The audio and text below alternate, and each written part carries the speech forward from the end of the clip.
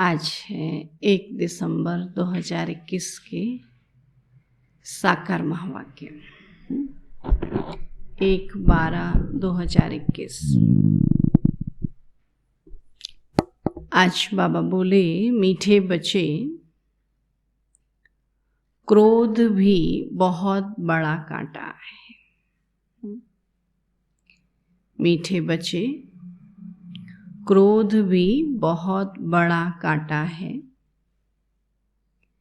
इससे बहुतों को दुख मिलता है। इससे बहुतों को दुख मिलता है। इसलिए इस कांटे को निकाल सच्चे सच्चे फूल बनो। इसलिए इस कांटे को निकाल सच्चे सच्चे फूल बनो। प्रश्न है, कांटे से फूल बनने वाले बच्चों को, कांटे से फूल बनने वाले बच्चों को बाप कौन सी आथत अर्थात धैर्य देते? कौन सी आथत अर्थात धैर्य देते?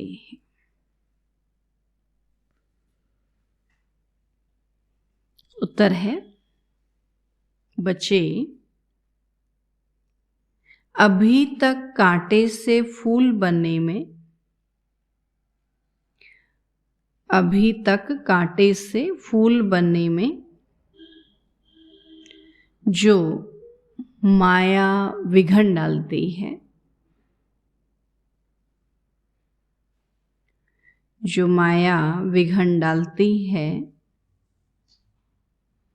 यह विघन एक दिन खत्म हो जाएंगे। यह विघन एक दिन खत्म हो जाएंगे। तुम सब स्वर्ग में चले जाएंगे। तुम सब स्वर्ग में चले जाएंगे।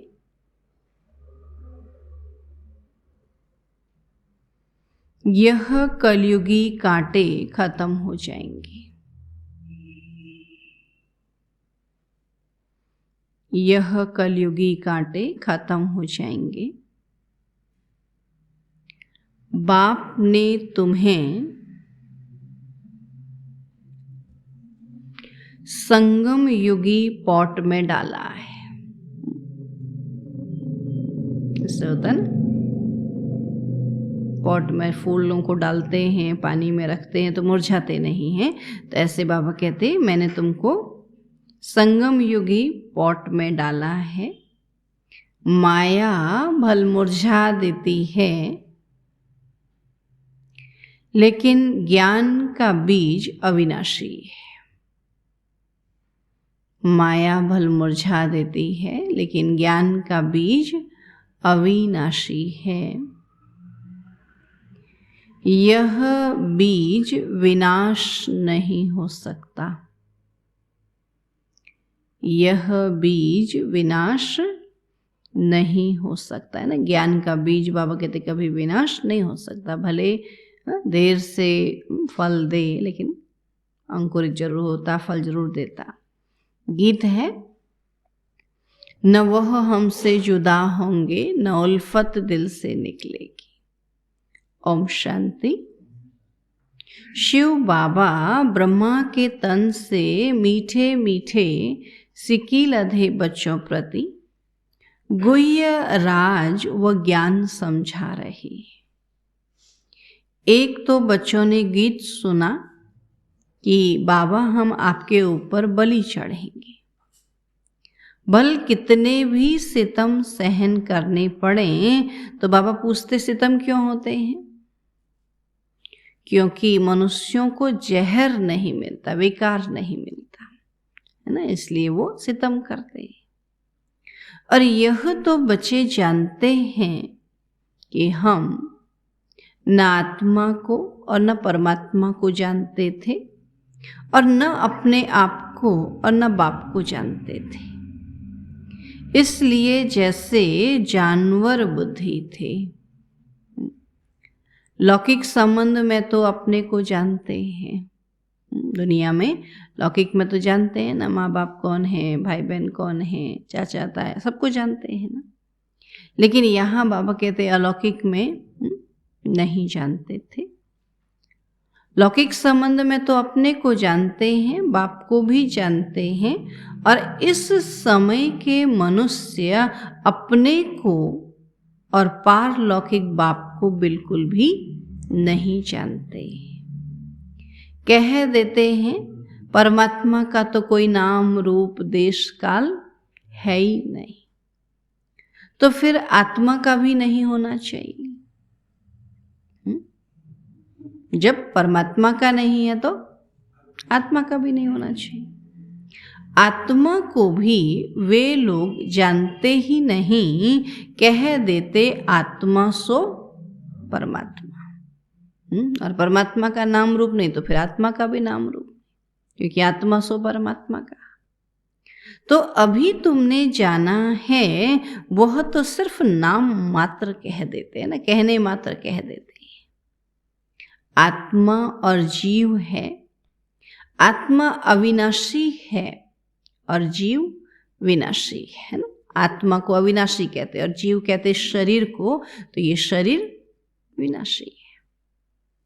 तो अच्छा, आत्मा क्या चीज है, उनका रूप रंग क्या है, नाम तो जानते हैं कि आत्मा है, परंतु वो कैसी है, क्या करती है, कैसे कैसे पाठ बजाती है और कितना समय पाठ बजाती है, इस आत्मा की नॉलेज का कोई वर्णन कर ना सके। तो अभी तुम जानते हो आत्मा छोटा स्टार है और आत्मा में ही सारा 84 जन्मों का पाठ अविनाशी नुधा हुआ है। तो शंकराचार्य की आत्मा भी अपना पाठ बजा रही है।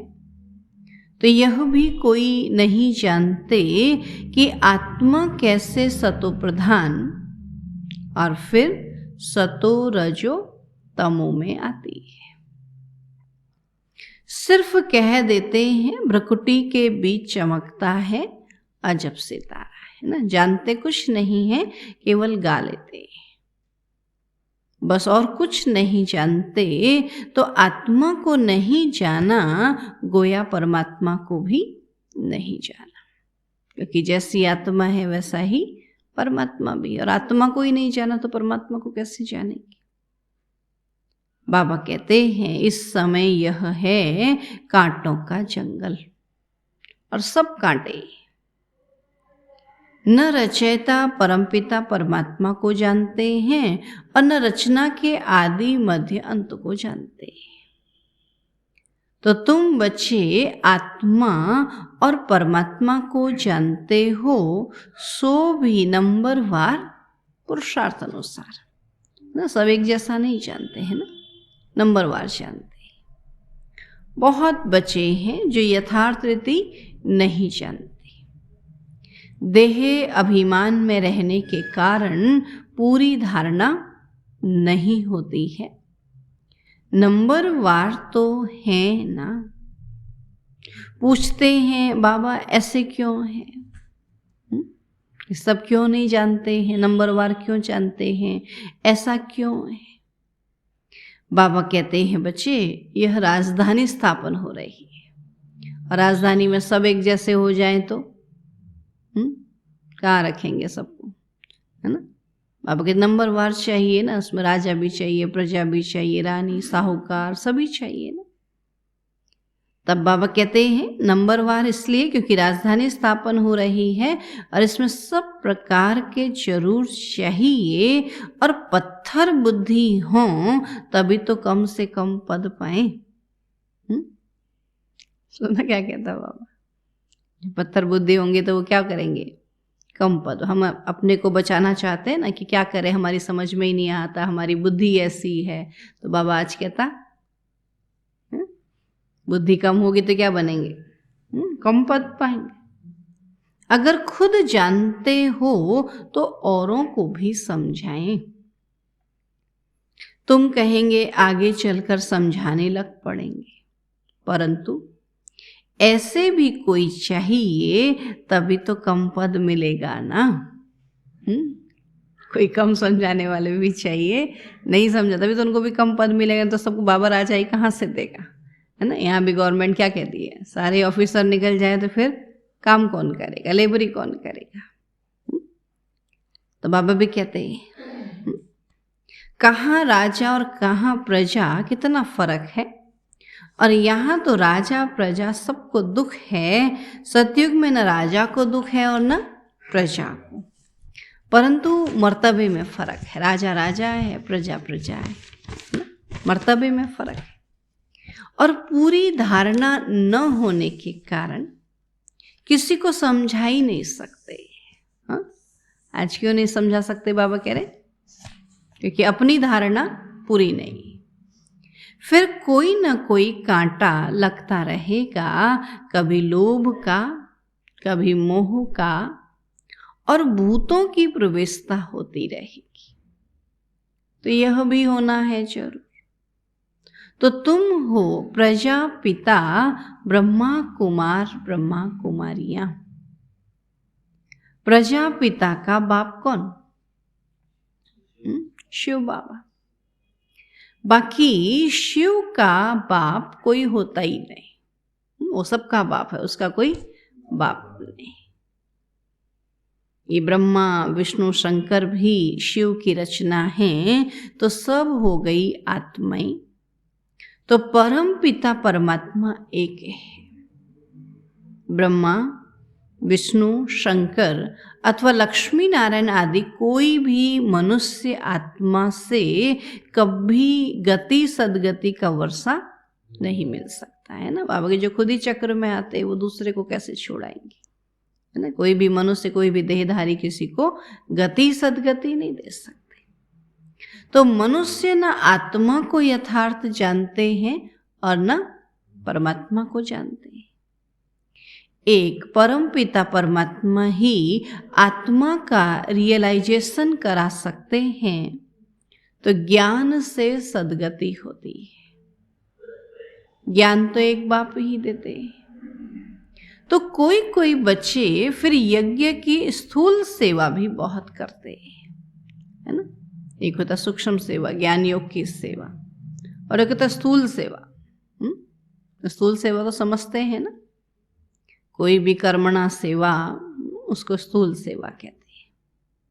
तो इस सब्जेक्ट से भी मार्क्स मिलती है। अब तुम बच्चों को बाप अमर कथा तीजरी की कथा सुनाते हैं। अब यह वास्तव में कथा नहीं है, ये कोई कथा है? बाबा कहते ये है रूहानी ज्ञान। कथा मुआफिक सुनाते हैं, लेकिन है तो ज्ञान। अपने को और शिव बाप को जानना है, और वह तो कह देते हैं जैसे पानी से बुदबुदा निकलता है फिर पानी में समा जाता है। अब ऐसे थोड़ी आत्मा है। आत्मा तो अपने आप में एक चैतन्य शक्ति है ना, और परमात्मा भी अपने आप में एक शक्ति है। कोई आत्मा परमात्मा से थोड़ी निकली है, दोनों का अलग अलग अस्तित्व है ना, पानी के जैसा थोड़ी है। तो हम कहते हैं हम ब्रह्म से पैदा हो, पाठ बजाए, फिर ब्रह्म में लीन हो जाते हैं, या हम ब्रह्म ही बन जाते हैं, वैसा थोड़ी है। बाबा कहते और कोई रचना और रचता का ज्ञान है ही नहीं। बाप तो ज्ञान तो बाप ही आकर समझाते हैं। तो इनका नाम है शिव। फिर उनको कोई रुद्र भी कहते हैं, कोई शिव कहते, कोई रुद्र भी कहते हैं, और कोई पाप कटेश्वर भी कहते हैं। अनेक नाम रख पूजा की सामग्री बढ़ा दी है। जो जो परमात्मा ने कर्तव्य किया है उस पर भिन्न भिन्न नाम रख बहुत मंदिर बना दिए। अब बाप कहते हैं कि यह है कांटों की दुनिया, विषय सागर। तो यह भी सबसे लिखाया जाता है कि ईश्वर सर्वव्यापी नहीं है। और बाप तो आकर भारत को स्वर्ग बनाते हैं तो सारी दुनिया स्वर्ग बन जाती है।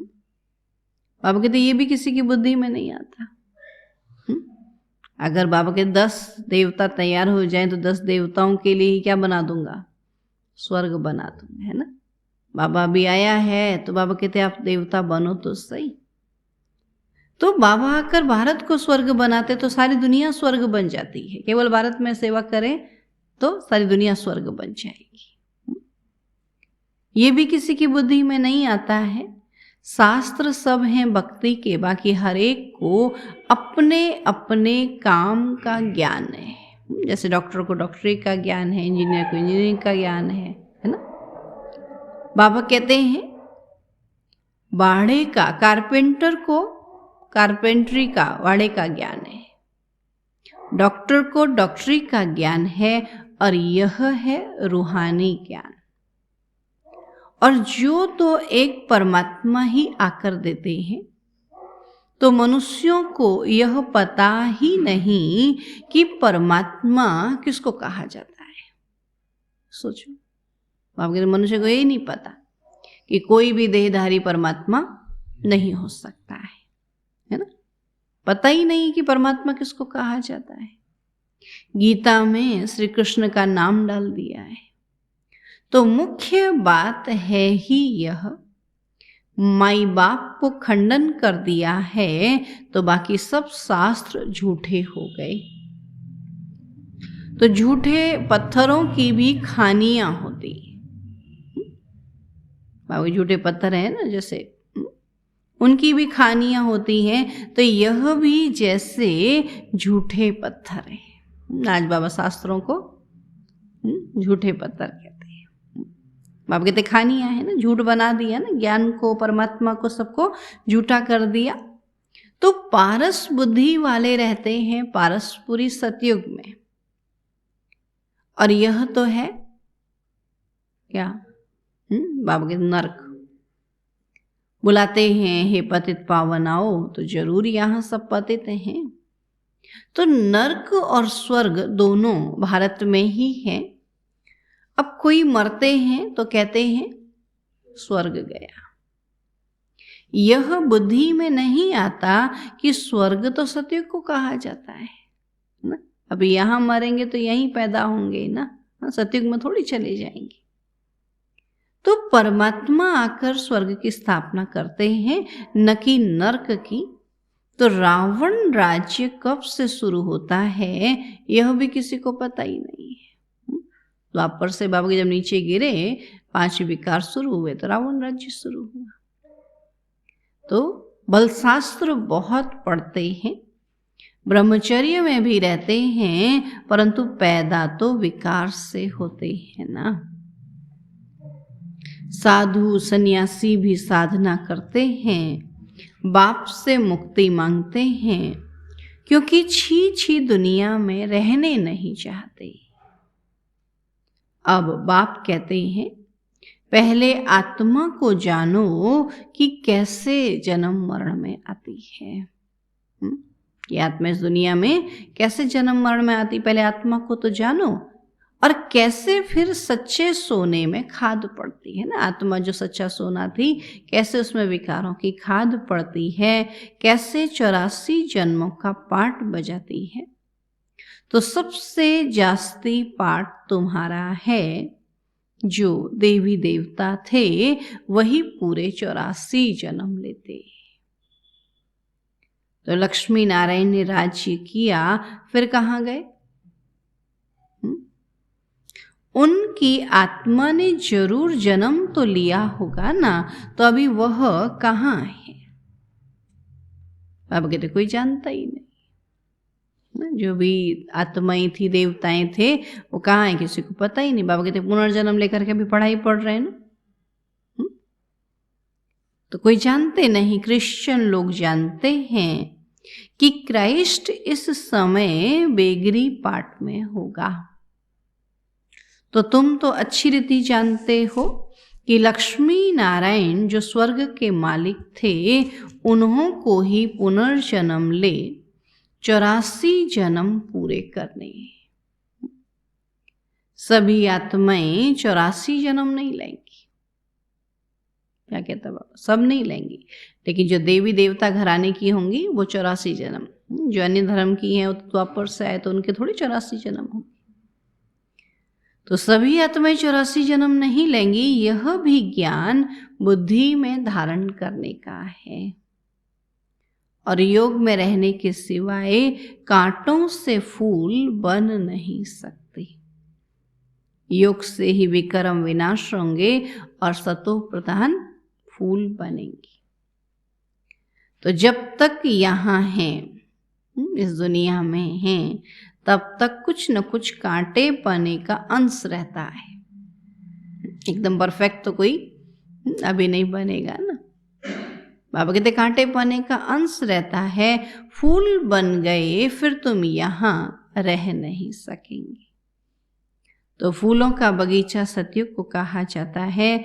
और अभी तुम कांटों के जंगल अथवा रावण के राज्य में हो। और सब कांटे ही कांटे, जो बहुत कांटों को फूल बनाते हैं, उन्हें ही सच्चा खुशबूदार फूल कहेंगे। सुना? एक फूल होता है किंग ऑफ फ्लावर, सफेद होता है, टेबल पर रखा जाता है, फिर खिलता रहता है, खुशबू बढ़ती जाती है। ऐसा फूल कोई होता ही नहीं। बाबा कहते फिर यहाँ कोई ऐसा है ही नहीं ना। अब किंग फूल है तो क्वीन भी चाहिए, हाँ? राजा तो फिर रानी भी चाहिए ना। बाबा कहते फूलों का राजा है तो उसको कहते रात की रानी। जो रात की रानी है वो भी खुशबू देती है ना। फिर गुलाब, मोतिया आदि अच्छे अच्छे फूल हैं। फ्लावर शो दिखाते हैं ना, फरवरी मास में फ्लावर शो होता है ना, फूलों को दिखाते हैं। तब बाबा कहते फ्लावर शो दिखाते हैं ना, और वहाँ सब अच्छे अच्छे फूल ले आते हैं। दुनिया में तो होता है ना, फलों का भी शो होता है, फूलों का भी शो होता है। तो जो अच्छे अच्छे फूल लाते हैं उनको इनाम भी मिलता है। तो तुम भी फूलों का बगीचा बनाते हो ना। यहाँ है रूहानी फूल, वो तो स्थूल में फूल है ना। बाबा कहते तुम भी फूलों का बगीचा बनाते हो ना। शिव पर फूल चढ़ाते हैं तो उसमें रतन ज्योत अक के फूल भी चढ़ाते। शिव पर चढ़ाने में जो फूल मिल जाए, गुलाब मिले या फिर रतन ज्योत या अक, जो भी मिल जाए सब फूल चढ़ाते हैं ना। तो बाबा ने समझाया है, मैं यहाँ तुम बच्चों को फूल बनाने का पार्ट बजाता हूँ। और मैं जानता हूँ, क्या जानता हूँ? ये कौन गुलाब के फूल हैं, कौन मोतियाँ हैं, और कौन रतन ज्योत है, और कौन अक है। हर प्रकार के फूल है ना, जिसमें कोई खुशबू नहीं वो अक है। बाबा कहते हैं सबसे छीछी होता है अक। उनकी चलन ही कांटों मिसल होती है। बाबा कहते यहाँ भी जिनकी चलन कांटों मिसल है तो वो क्या हो गए? अक के फूल हो गए। बाबा कहते हैं कोई कोई बहुत तीखे कांटे हैं, तो क्रोध भी एक कांटा है, बहुतों को दुख देता है। अभी तुम कांटों की दुनिया से किनारे पर हो। कहाँ हो? पॉट में, संगम रूपी पॉट में, है ना। तो संगम पर हो, कांटों से फूल बन रहे हो। जैसे माली कांटों को निकाल फूलों को अलग पॉट में रखते हैं, तो तुमको भी बाबा ने अलग कर दिया है ना। कलयुग से निकाल करके संगम युगी पॉट में रख दिया है। तो तुमको भी बाबा ने अलग कर दिया, तुम संगम पर हो, फिर तुम्हारी मरम्मत होती रहती है। दो अर्थ हो गए ना, मरम्मत होती, रिपेयर होना भी मरम्मत होती है और मार लगाना भी मरम्मत होती है। तो बाबा क्या कर, रिपेयर कर रहे हैं ना, तो किसी को कष्ट भी होता है रिपेयर होने में ना। जैसे मूर्ति बनती है, उसको ठुक ठुक करते हैं, तो तब बाबा कहते हैं हम भी क्या बन रहे हैं, सब मूर्ति बन रहे हैं ना, देवता बन रहे हैं, तो ठुक ठुक तो होगी ना, थोड़ा थोड़ा तो ठोका पीटी करेंगे ना बाबा। तो तुम्हारी मरम्मत होती रहती है, फिर भी माया कांटा बना देती है, और फिर भी एक बार हमारा बन गया ना, तो ये माया के विघन भी एक दिन खत्म हो जाएंगे। कब तक विघन डालेंगे? हाथ जब बाबा ने पकड़ा है तो बाबा खींच ही लेगा ना।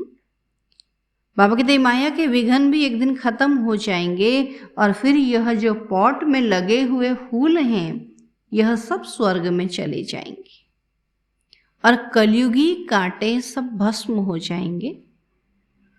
तो तुम कितने थोड़े फूल हो, बाबा के कितने थोड़े से बच्चे, और तुम्हें संगम युगी पॉट में डाला है, बीज बोया हुआ है। माया का तूफान लगता है तो मुरझा देता है ना।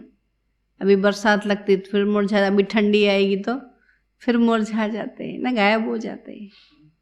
तो माया का तूफान लगता तो मुरझा देता है।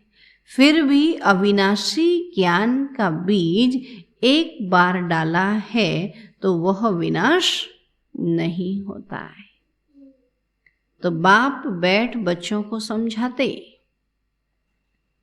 कि तुम बच्चों को बहुत बहुत निडर बनना है, डरने की आवश्यकता नहीं है, क्योंकि हमारा साथी कौन है?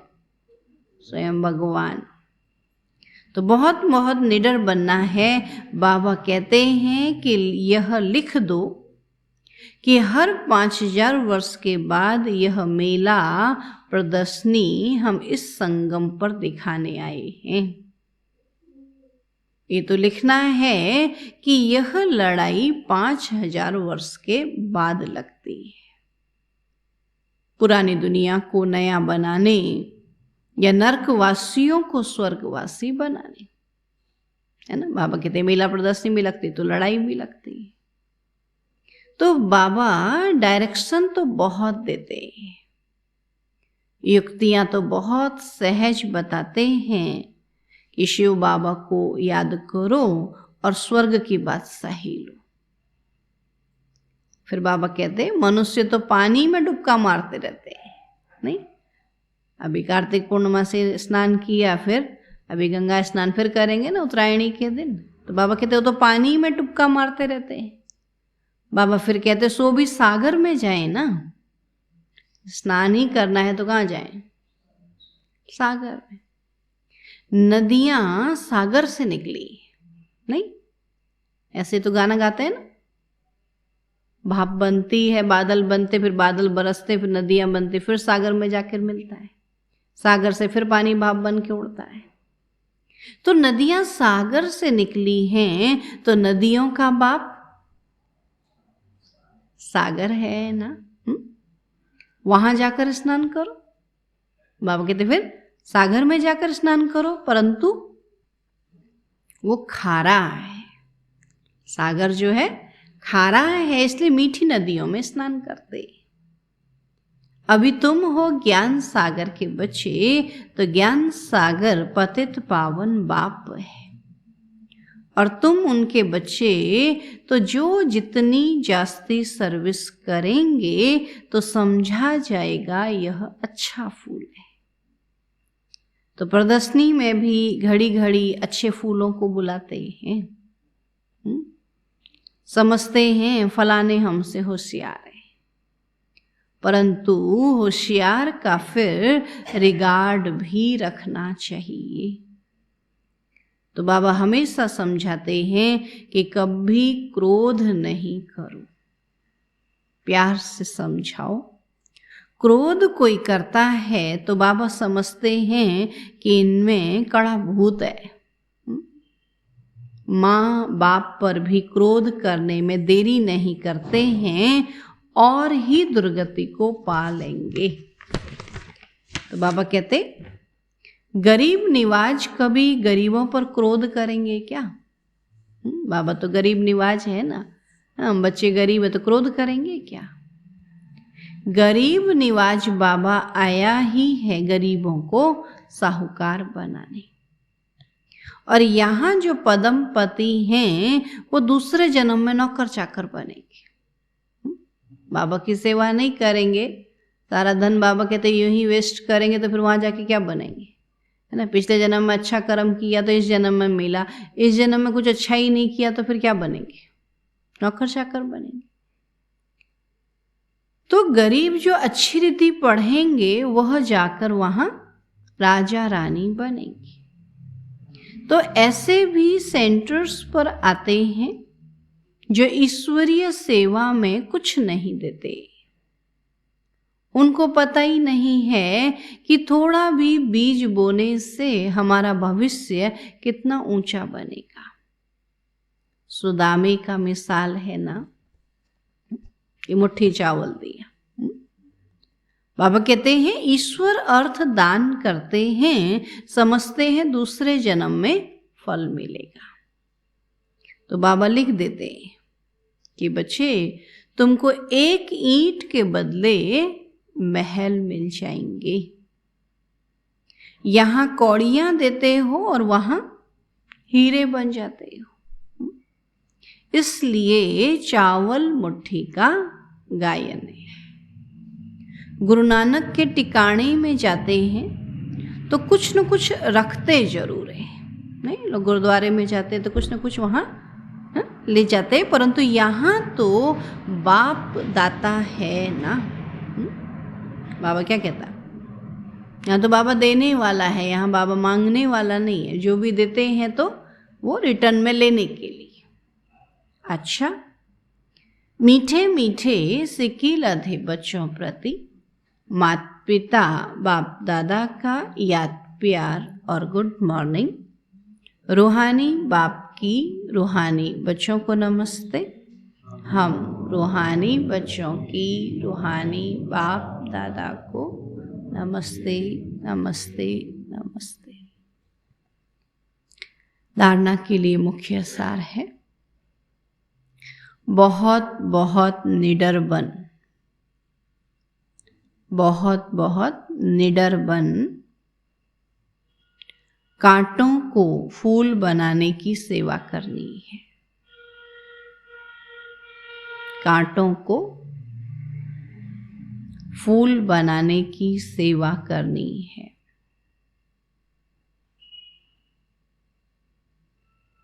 सब में अविनाशी बीज बोते रहना है। सब में अविनाशी बीज बोते रहना है। दूसरा पॉइंट है, क्रोध का बहुत बड़ा कांटा है। क्रोध का बहुत बड़ा कांटा है, उसे छोड़ बहुत बहुत प्यारा बनना है। क्रोध का बहुत बड़ा कांटा है, उसे छोड़ बहुत बहुत प्यारा बनना है। प्यार से सर्विस करनी है। प्यार से सर्विस करनी है। सर्विस एबुल का रिगार्ड रखना है। जो सेवाधारी है ना, उनका फिर रिगार्ड रखना है। सर्विस एबुल का रिगार्ड रखना है। वरदान है आज का, सर्व के गुण देखने व संतुष्ट करने की उत्कंठा द्वारा, सर्व के गुण देखने व संतुष्ट करने की उत्कंठा द्वारा सदा एक रस उत्साह में रहने वाले गुण मूर्त भव। सदा एक रस उत्साह में रहने वाले, गुण मूरत भव।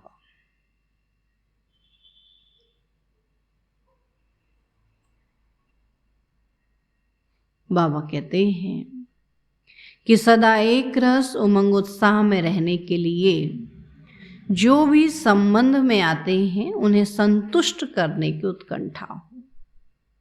जिसको भी देखो उससे हर समय गुण उठाते रहो। सर्व के गुणों का बल मिलने से सदा काल के लिए उत्साह रहेगा।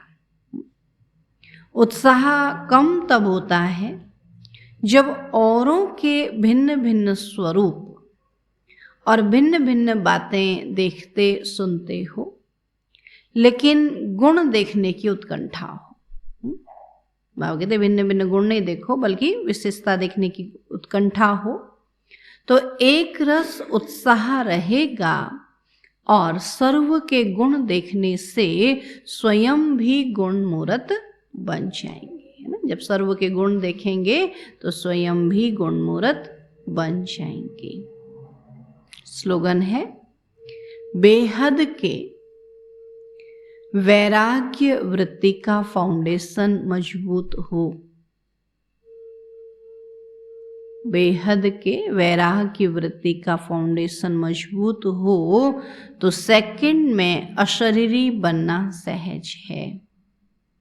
तो सेकंड में अशरीरी बनना सहज है। बेहद के वैराग्य वृत्ति का फाउंडेशन मजबूत हो तो सेकंड में अशरीरी बनना सहज है ना। सब बातों से उपराम बाबा कहते वैराग्य होगा तो इस देह को भूलना सहज होगा। अच्छा, ओम शांति।